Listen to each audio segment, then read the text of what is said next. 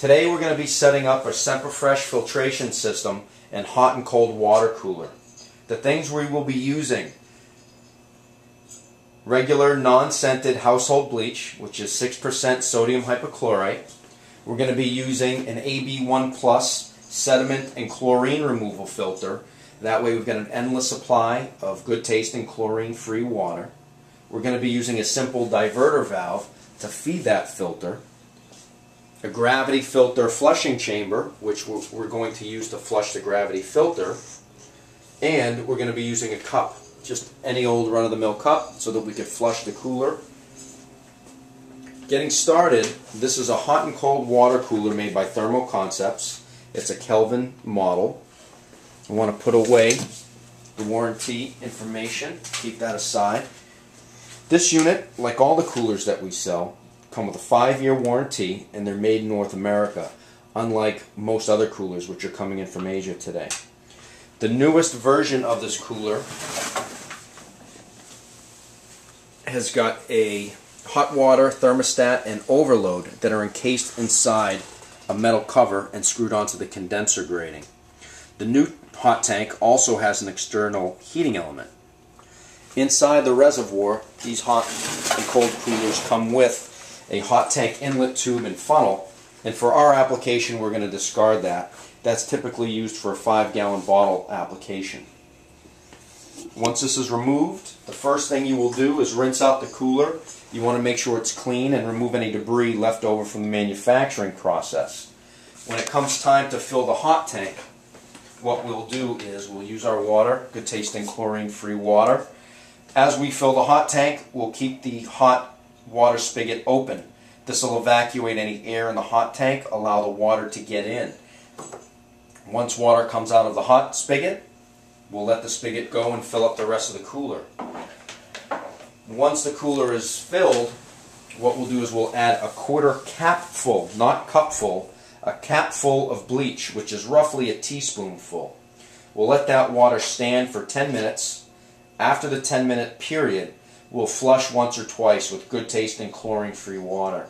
If you're doing this at home, you could set up your AB1 filter to flush the reservoir, or the easiest thing is really just to get yourself some bottled water to flush that out. Once the 10-minute period is done, we're going to drain the chlorinated water only out of the cold water spigot. Very important. You don't want any of that chlorinated water getting into the hot tank.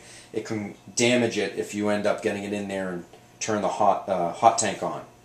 Again, if you're doing this at home, the easiest thing to do is to flush that out with some good tasting bottled water. Moving over to the bottle, the most sensitive part of this aspect is going to be flushing the gravity filter.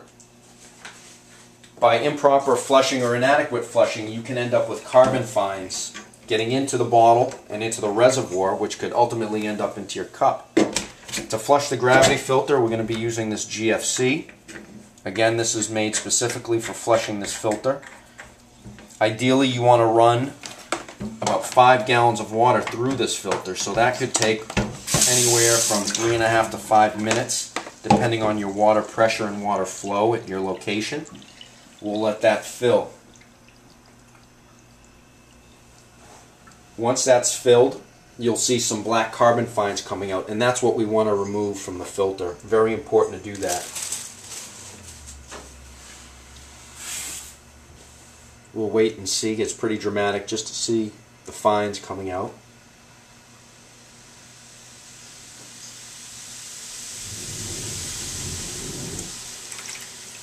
Okay, great.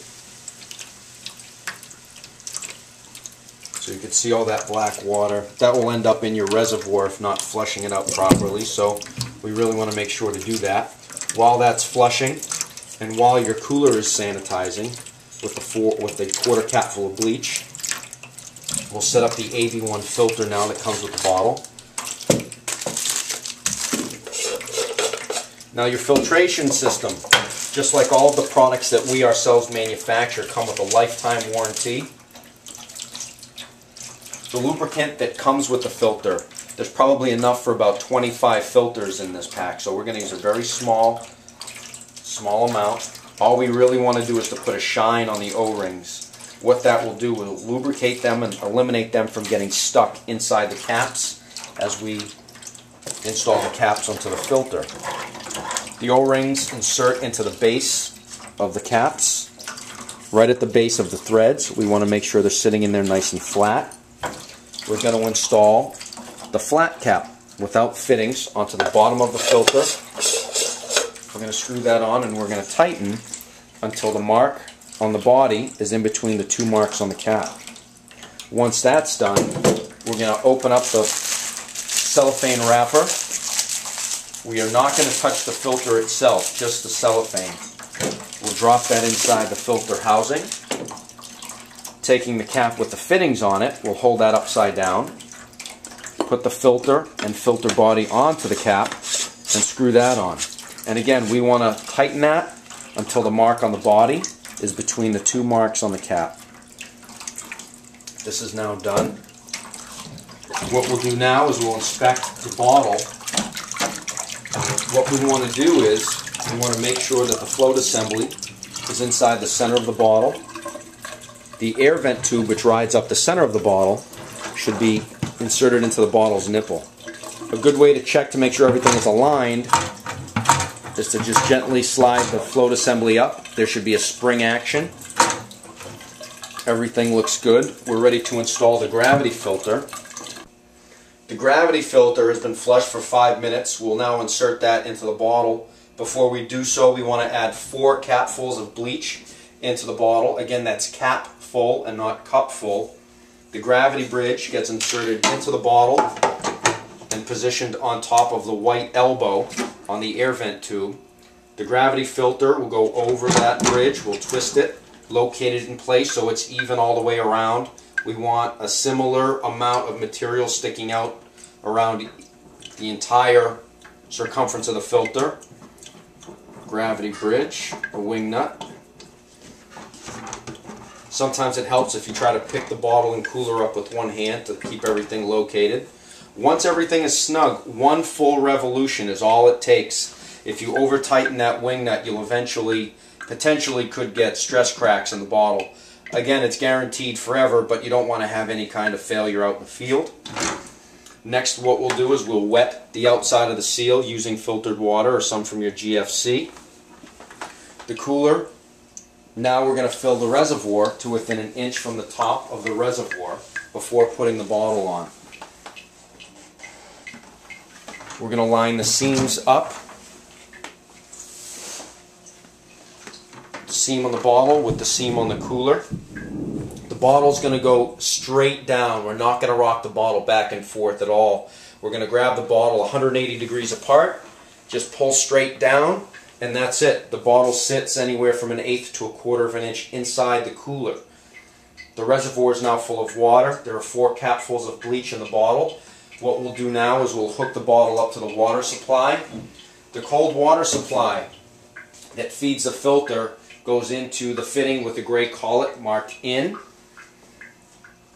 The filtered water out of the AB1 sediment filter is marked out. There's a blue collet there. That matches up to the blue collet into the back of the bottle.